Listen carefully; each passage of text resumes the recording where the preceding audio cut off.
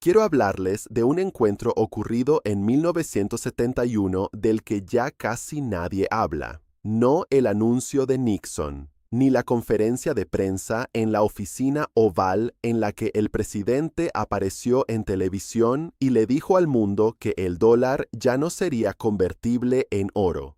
La reunión de la que quiero hablarles ocurrió antes de eso.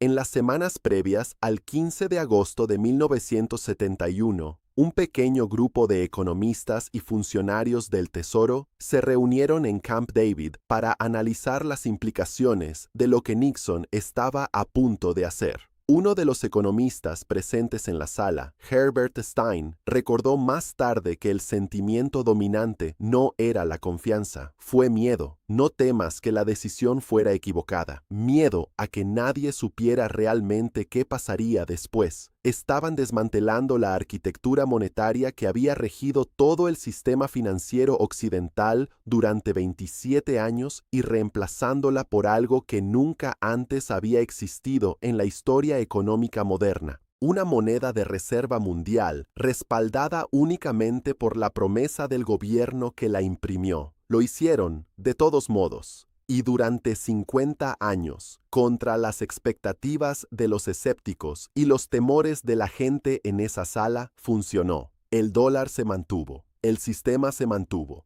El mundo siguió aceptando libros verdes a cambio de bienes y activos reales porque la alternativa, el caos monetario, era peor que la dependencia. Ese cálculo está cambiando. No por una sola decisión tomada en una sola habitación, debido a 10.000 decisiones tomadas en 100 salas a lo largo de una década, cada una de ellas individualmente pequeña, representando colectivamente el cambio más significativo en la confianza monetaria global desde el día en que Nixon cerró la ventana del oro. Y los datos que documentan ese cambio están disponibles para cualquiera que esté dispuesto a leerlos. La pregunta es si usted entiende lo que significa para el dólar, para el oro y para su propia posición financiera antes de que la corriente principal se ponga al día, con lo que las cifras han estado diciendo durante años. Mi nombre es Marcus Vail. Una década en Wall Street me enseñó algo que prevalece sobre todo lo demás cuando se trata de comprender las transiciones monetarias. Las personas que los ven con claridad nunca son las que están dentro del sistema en transición. Siempre son ellos los que están lo suficientemente lejos como para leer los datos sin el sesgo institucional que hace que la gente dentro de él defienda el status quo más allá del punto en que la defensa es racional. Hoy les voy a dar la vista exterior, el que las instituciones no quieren que tengas. Comience con algo concreto y reciente. En 2023, por primera vez desde que se formalizó el acuerdo del petrodólar a principios de la década de 1970, Arabia Saudita reconoció públicamente que estaba abierta a liquidar transacciones petroleras en monedas distintas al dólar. Este no fue un comentario diplomático casual. Arabia Saudita es la nación cuyo acuerdo con Washington en la década de 1970 transformó el dólar de una moneda respaldada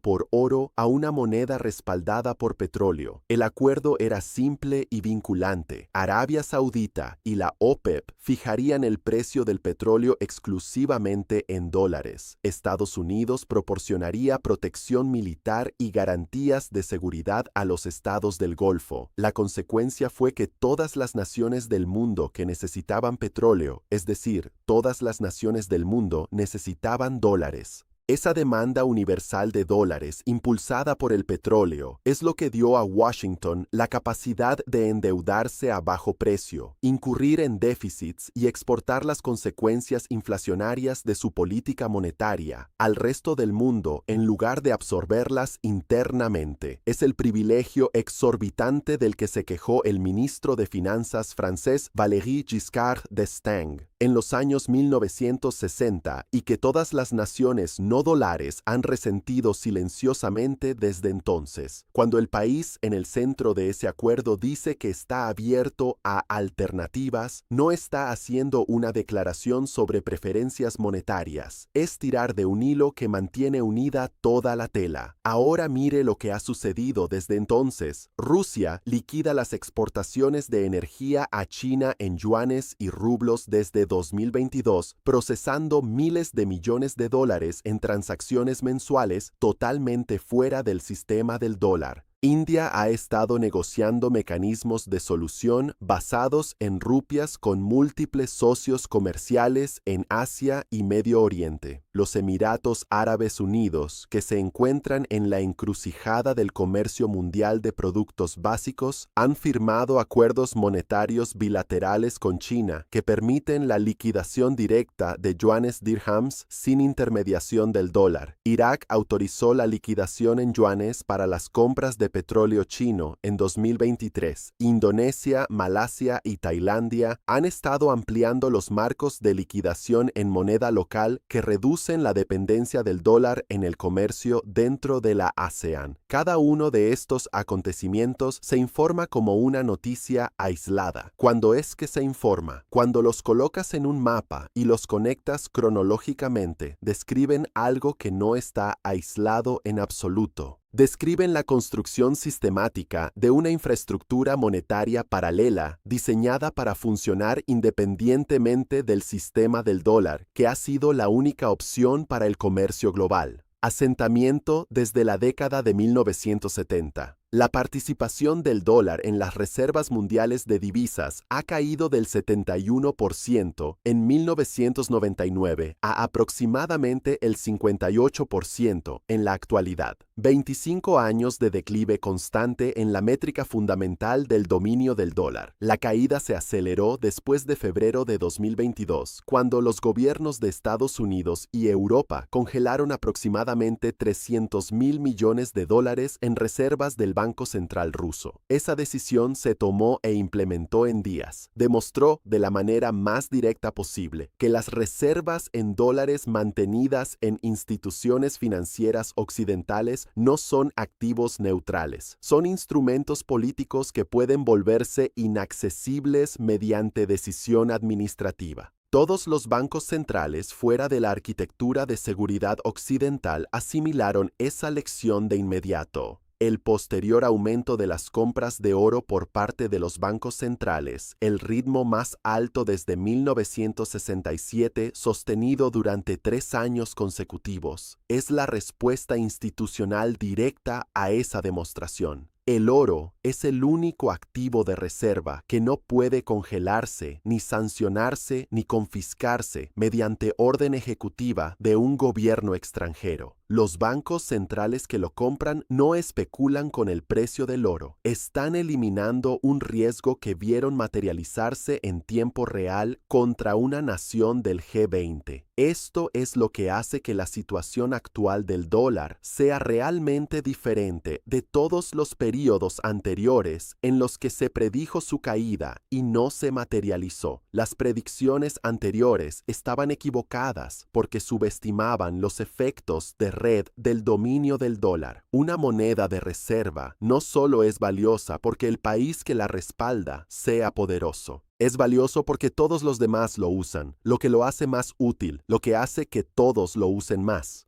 Romper ese efecto de red requiere construir una red alternativa simultáneamente, lo cual es enormemente difícil y costoso y nunca ha sido logrado con éxito por un rival de una moneda de reserva dominante sin que la moneda original se vea gravemente debilitada por la guerra o el colapso económico. China, Rusia y la coalición más amplia de los BRICS han pasado la última década construyendo exactamente esa red alternativa. CIPS, el sistema de pago transfronterizo chino, ahora conecta a más de 100 países. La fijación del yuan en la bolsa de oro de Shanghái proporciona un punto de referencia para el precio del oro distinto del dólar. Los futuros del petróleo en yuanes crean un mecanismo para que los exportadores de petróleo reciban pagos en una moneda directamente convertible en oro.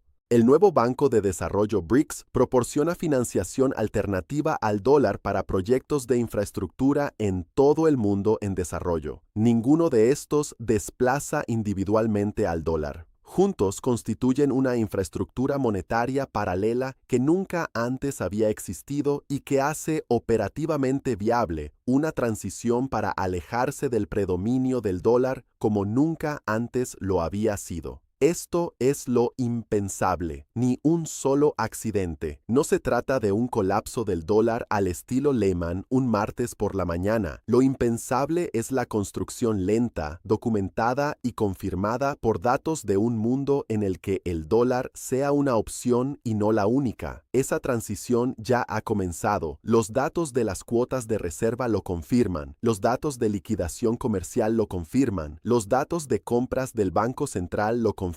La infraestructura paralela que se está construyendo lo confirma. Lo único que aún no lo ha confirmado es la narrativa financiera dominante, que es el último indicador que se mueve en cualquier transición monetaria y el menos útil para cualquiera que intente posicionarse antes de la revisión de precios en lugar de después de ella. El oro es el activo que pone precio a esta transición, no porque los fanáticos del oro lo digan, porque la historia lo dice, sin excepción, en todos los casos anteriores de desplazamiento de moneda de reserva en la era moderna. Cuando la libra esterlina perdió su estatus de reserva después de la Segunda Guerra Mundial, el precio del oro cambió dramáticamente en relación con la libra esterlina. Cuando el dólar perdió su respaldo de oro en 1971 y siguió la siguiente década de incertidumbre monetaria, el oro pasó de $35 a $850. El mecanismo no es misterioso.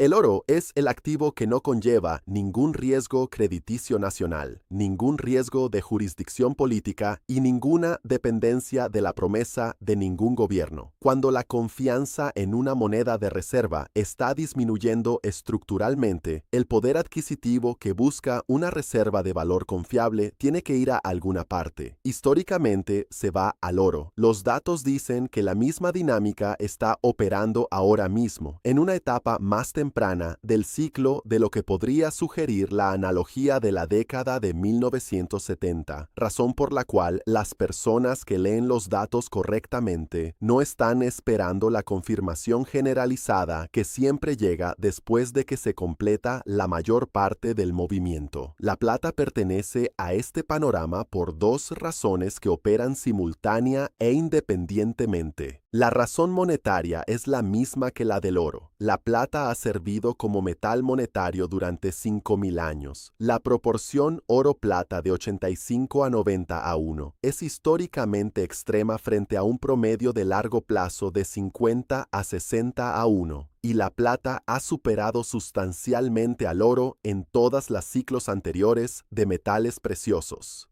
CLE medido en términos porcentuales. La razón industrial es específica del momento actual. 3 años consecutivos de déficit estructural de suministro global confirmado por el Silver Institute, la demanda de fabricación solar crece más rápido de lo que la oferta minera puede responder, y no hay un sustituto viable para la conductividad eléctrica de la plata en las aplicaciones que impulsan esa demanda. Cuando la demanda monetaria e industrial tiran en la misma dirección en un mercado tan pequeño como la oferta anual de plata de aproximadamente $25.000 millones, la respuesta de los precios a las entradas de capital adicionales es desproporcionada con respecto a lo que los mismos flujos producirían en una clase de activos más grande. Esa asimetría es uno de los datos más convincentes en la configuración actual de los metales preciosos. Nada de lo que he dicho hoy es un consejo financiero. Su situación requiere orientación específica para sus propias circunstancias por parte de profesionales que las conocen. Lo que puedo ofrecer es la lente analítica, construida a partir de una década de observar al dinero institucional navegar por las transiciones monetarias desde el interior del sistema que realiza la transición.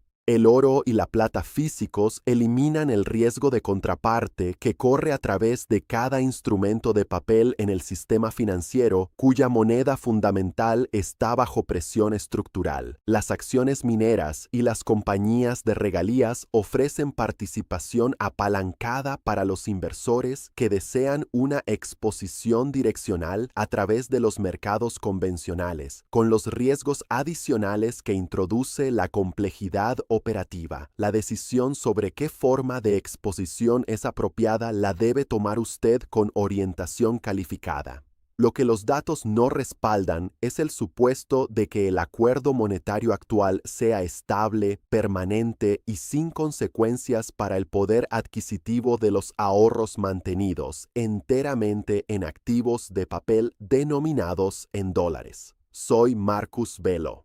La reunión de Camp David en 1971 terminó con un grupo de economistas temerosos de lo que acababan de decidir. Tenían miedo porque estaban desmantelando algo que había funcionado y reemplazándolo por algo que no había sido probado. Las personas que hoy toman decisiones en los bancos centrales y los ministerios de finanzas de todo el mundo no están desmantelando nada dramáticamente. Están silenciosa y metódicamente, un acuerdo bilateral a la vez, construyendo la infraestructura para un mundo monetario que no dependa del dólar como lo han requerido los últimos 50 años. Eso es lo impensable y está sucediendo ahora mismo en los datos para cualquiera que esté dispuesto a leerlo.